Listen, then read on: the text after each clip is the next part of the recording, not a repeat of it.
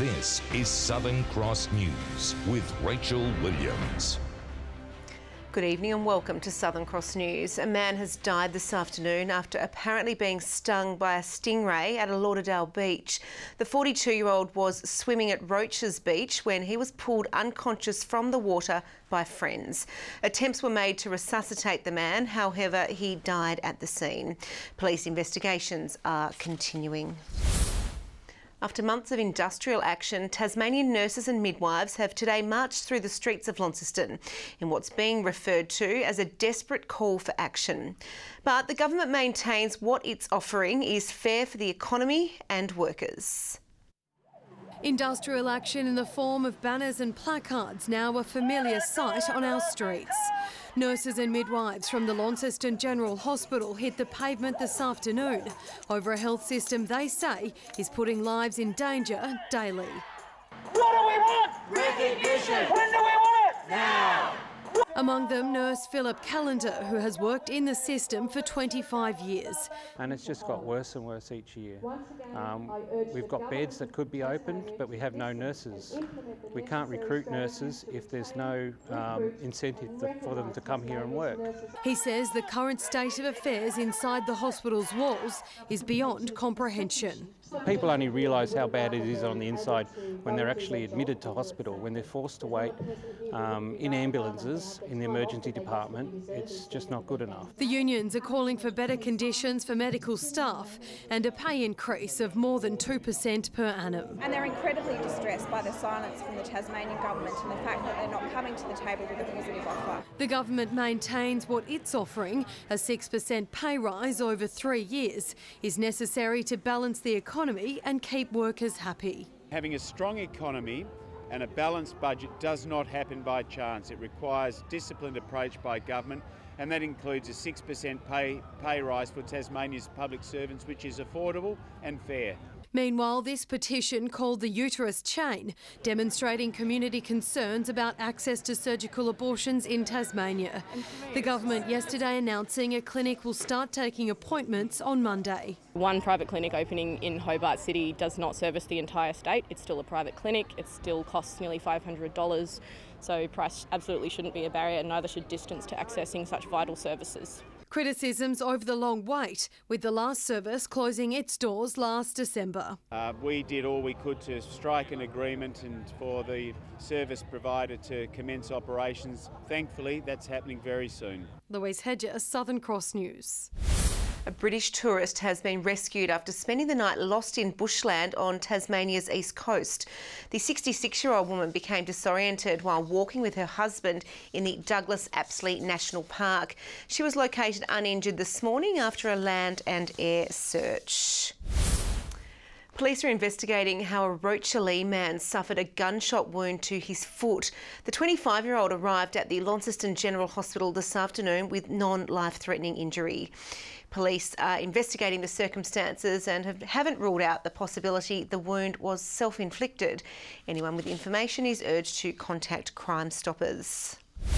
A Tasmanian animal welfare organisation is pleading with people to not dump animals after a young kitten was found in a garbage crusher this week.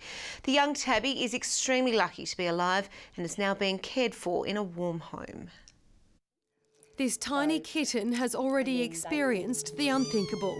He was in a garbage crusher at the Mornington Tip on Thursday, found by a worker just seconds before it was to be operated. He came running out, up the fellow's leg, and got the shock of his life, obviously, found it, popped it in his pocket, obviously a good man. He's about 4 weeks old and was extremely cold and sick, but now he's thriving, has put on 1/3 of his body weight thanks to receiving quick care. I virtually spent Thursday night sitting up with this dear little kitten, feeding on and off, helping it toilet, and as the night went on it became more and more perky. These volunteers are part of a newly formed organisation which rescues and cares for neonatal kittens, such as these ones, who are only 2 weeks old. We know we can't take all of them, there are way too many, but the kittens that come into our care get treated like our own pets. Over the coming weeks, this little fighter will be closely monitored and cared for. A lot of preparation for him to hopefully one day become a loved member of a Tasmanian family. We've got to do what we can do for what we get and hope that word gets out there and people start to do the right thing by these animals. They're pleading with Tasmanians to de-sex their cats and for people to get in touch over Facebook instead of dumping unwanted animals. We will help. We won't judge you. We'll actually think you're heroes for contacting us. Heroes like these volunteers who've given this little man back his 8 lives. Louise HEDGER, Southern Cross News. More measures have been announced to help the state's pork industry, still shaken up by the near closure of JBS Devonport. The state government says it will form a working group to better support the red meat industry. The establishment of this working group will address those short and medium-term initiatives that need to be addressed and deliver a long-term red meat strategy by 30 June next year. Try and increase our number of production numbers. They have been going backwards a little bit. Try and stabilise and increase our numbers of pork produced here and open up opportunities. The group will hold its first meeting on Friday. A Wynyard man is thanking family, paramedics and a handful of strangers for bringing him back to life after he suffered a heart attack. Kevin Harman was without a pulse for more than 20 minutes as bystanders raced to perform CPR. Kevin Harman has plenty to smile about. In February, the 80-year-old was preparing for the upcoming Axemen's competition at the Wynyard Show. I was getting logs and cutting them up and one thing or another, and all of a sudden I went down out for like a light. The old fellow went down on the ground, and I said, "What the hell are you doing down there?" And there was no response, so I just grabbed my phone and rang 000. Carol Barker wasted no time performing CPR, a skill from his firefighting days. He was joined by cricketers from a game nearby, followed minutes later by an ambulance. They all took turns doing chest compressions, while paramedics administered drugs and an IV. To be honest with you, the first 10 minutes I didn't think Kevin was going to come back. Oh, we didn't know whether he was going to make it or not. We just kept going at it. 24 minutes later, Kevin had a pulse, all thanks to the team effort. It was marvellous. I mean, they kept up a good steady rate, good depth.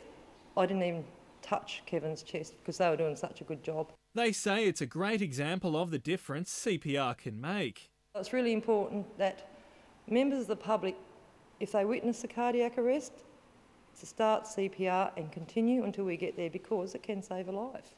Weeks later, Kevin walked out of hospital, even making it to the Wynyard Show, a day he would not have been able to see without the life-saving help. No way in the world I'd have been 6 foot under. He's now got a special pin commemorating his close call. The life lesson now, he says, is to swing the axe a little easier. MCCOMISH, Southern Cross News. Christmas cheer filled the streets of Hobart today as the 38th annual pageant celebrated the start of the festive season. An estimated 30,000 people turned out to see more than 2,000 march through the city. A sea of onlookers enjoying the sun as the festivities begin. I like to see all the acts and all the people on the stilts and stuff. Just the vibe. It's a wonderful time of year. It's good to get out on a Saturday. It's nice weather, so yeah. The beautiful weather welcoming the 38th annual parade, a beloved tradition for many families. We love the atmosphere and seeing all the different parade, seeing the pageant, seeing all the lovely Christmassy decorations, and we just love coming every year. We love coming to the Christmas pageant. Well, I think it's part of the culture of Hobart now. Every year we have big crowds.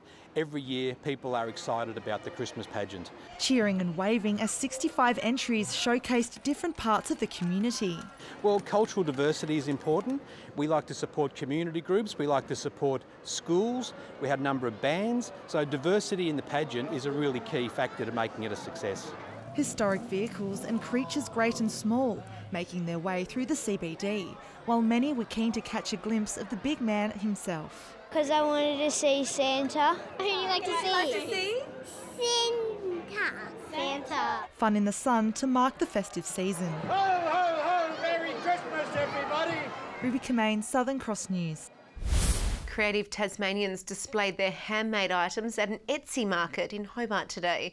The global company uniting around 130 online businesses from across the state in a bid to encourage everyone to choose locally made gifts this Christmas. It's a great timing for the market. There's so many people going through who are buying for family and friends for Christmas presents. Yes, I think everybody here is starting to get into the Christmas spirit, yes. They're dying crafts, and because we're really passionate about what we do, we put our time, into our small businesses, and we're kind of proud. The festive Derwent Entertainment Centre market opens its doors again tomorrow at 10 a.m. Thousands of people flocked into Ranelagh today for the annual Huon Show.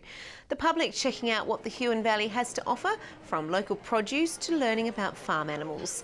The staple rides were in full swing, while Premier Will Hodgman made an appearance to chat with some locals. The Huon Show has been running since 1947. The largest annual fundraiser for Ronald McDonald House Charities took place today. The nationwide campaign raising valuable funds to support sick children. Tasmanian McDonald's restaurants held stalls and events and sold treats, with all proceeds going to the charity. It's absolutely crucial for us. It's our biggest fundraiser for the whole year, and so it's basically what keeps our doors open and helps those families to be able to stay close while those children are having treatments in the hospitals. McHappy Day has raised $42 million nationwide since 1991. Tasmania has had a disastrous start to its Sheffield Shield clash against Victoria. The Tigers were bowled out for just 81 runs in a horror innings at Blundstone Arena, which lasted less than 30 overs. Alex Doolan and debutant Gurinder Sandhu went for ducks. Opener Jordan Silk top scored with 16. Victoria's Chris Tremaine did most of the damage, taking 5 for 13. But the highlight of the day was Gurinder Sandhu's first-class wicket. And it was a big one, taking the Vic skipper Peter Hanscom for 4. And that's beautiful. Hanscom, see you later, mate. At stumps, Victoria is 5 for 148. Justine Barrow has gone 2 wins from 2 stages in the inaugural Women's Tour of Tasmania, while New South Welshman Dylan Sunderland has tightened his grip on the yellow jersey in the Men's Tour. Riding for Bennelong Swiss Wellness Cycling, Sunderland now holds an 11 seconds lead over New Zealand's Michael Vink, following today's 70-kilometre stage in the state's northwest. Raphael Freinstein of Inform Make narrowly took out today's line honours. Oliver Martin is the highest-ranked Tasmanian, sitting in 5th overall. Tomorrow's final stage is a criterium in Devonport. And wasn't it a pleasant day today? Hobart 21, 23 the state's high recorded at Launceston, 19 for Burnie, while Devonport had a top of 18 degrees. 21 for Ouse, 19 for Grove, Friendly Beaches, St Helens, Maria Island and Flinders Island, King Island and Strawn 18 degrees, with 17 the top for Low Head and Lyowini. The satellite shows cloud mainly about the southwest and eastern parts of Tasmania today, clear skies elsewhere. Further out, a weak frontal cloud band grazing the south of Tasmania, and a massive cloud lies south of Western Australia and over the Northern Territory.